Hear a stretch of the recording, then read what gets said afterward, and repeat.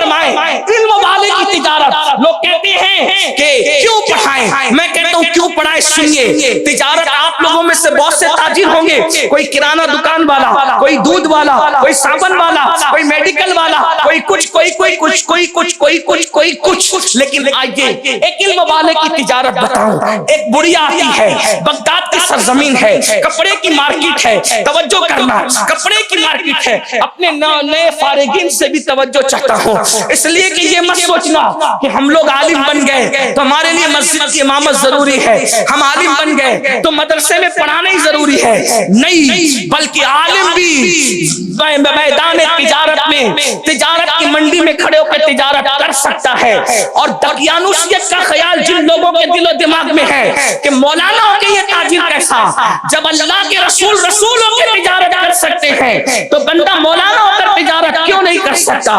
حضور تجارت کے لیے ملک شام تک جا سکتے ہیں تو عالم تجارت کیوں نہیں کر سکتا.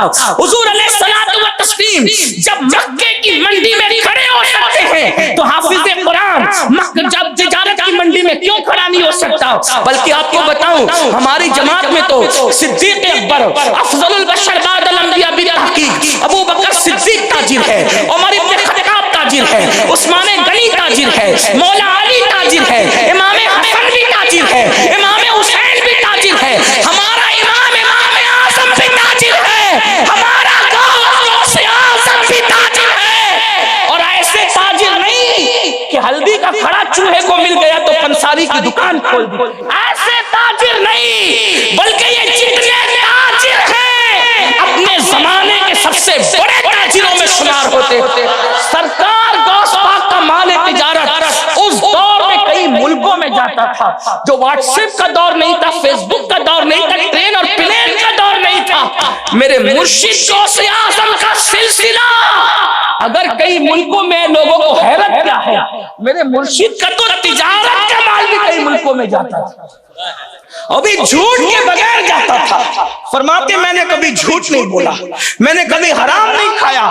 یہ غوث پاک ہے. ہمارے یہاں تو تاجر ہی تاجر ہے, بلکہ ہمارے یہاں لوگوں کے یہاں تاجر دنیا دار ہے. ہمارے مسلک میں تو جو حلال کمائے, ہمارے نبی نے فرمایا جو تاجر حلال اور سچائی کے ساتھ تجارت کرے گا وہ نبی اور صدیقین کے ساتھ جنت میں داخل کیا جائے گا, وہ نبیوں کے ساتھ اور صدیقین کے ساتھ جنت میں داخل کیا جائے گا. تو میں عرض یہ کر رہا تھا, ایک بڑھیا آتی ہے اور دیکھیے ایک علم والے کی اور ایک ان پڑھ کی تجارت میں فرق. بڑھیا آتی ہے اور ایک کپڑے کا پورا طاقہ پسند کرتی ہے, اور طاقہ پسند کرنے کے بعد کہتی ہے ایمانداری سے بولنا. جملے پہ توجہ کریں. میں شیخ ابو زہرہ مصری کی کتاب کا خلاصہ پیش کر رہا ہوں اس واقعے میں. اہل علم جانتے ہیں کوئی نئی بات نہیں ہو رہی ہے, وہ پتہ ہے انہیں, لیکن آپ کی توجہ چاہتا ہوں. بڑھیا تاجر کے پاس, بغداد کے اس تاجر کے پاس آ کر کہتی ہے ایمانداری سے بولنا, یہ کپڑا تجھے جتنے میں پڑا مجھے اتنے ہی میں بیچ دے. توجہ آپ سب کی. ہم سے بھی لوگ ایسے ہی کہتے ہیں نا تجارت کی منڈی میں, آپ کو جتنے میں پڑا اتنے میں دے دو, جبہ جتنے میں پڑا اتنے میں دے دو, ہے نا, جبہ بیچنے والوں سے. چپل جتنے میں پڑی اتنے میں دے دو, یہ کہتے ہیں. صدری جتنے میں پڑی, چادر جتنے میں پڑی اتنے میں دے دو, یہی ہوتا ہے. وہ بڑی آ کر کے کہہ رہی ہے ایک تاجر سے ایمانداری کی بات, ایمانداری سے جتنے میں پڑا اتنے میں دے دے. اس تاجر نے کہا بڑی اماں پھر یہ 4 درہم میں پورا طاقہ لے جا. کتنے میں؟ 4 درہم میں طاقہ لے جا. بڑھیا نے غصے میں کہا تو میرا مذاق اڑاتا ہے, میں نے ایمانداری کی بات کی. 4 درہم میں بھی کوئی کپڑے کا طاقہ ملتا ہے؟ تاجر نے مسکرا کے کہا بڑی اماں 4 درہم میں ملتا نہیں, لیکن تو نے ایمان کی بات کی ہے نا, تو نے ایمان کی بات کی, اس لیے ایمانداری سے کہہ رہا ہوں یہ 4 درہم میں مجھے پڑا ہے, لے جا. تو کہا 4 درہم میں کیسے پڑا؟ کہا میں نے یہ اکیلا طاقہ نہیں خریدا, خریدا تھا، میں نے 2 تاکے ایک ساتھ خریدے تھے، تو جب 2 تاکے میں نے ایک ساتھ خریدے تھے تو دونوں کی قیمت تھی کتنی؟ 20 درہم۔ 20 درہم میں 2 تاکے خریدے تھے، ایک تاکہ میں نے 16 کا بیچ دیا، ایک تاکہ میں نے 16 کا بیچ دیا۔ جب خریدا تھا تو پڑا کتنے میں تھا؟ 10 درہم کا ایک تاکہ۔ اب چونکہ منافع کے ساتھ میں نے 16 کا بیچ دیا تو یہ کتنے کا پڑ گیا؟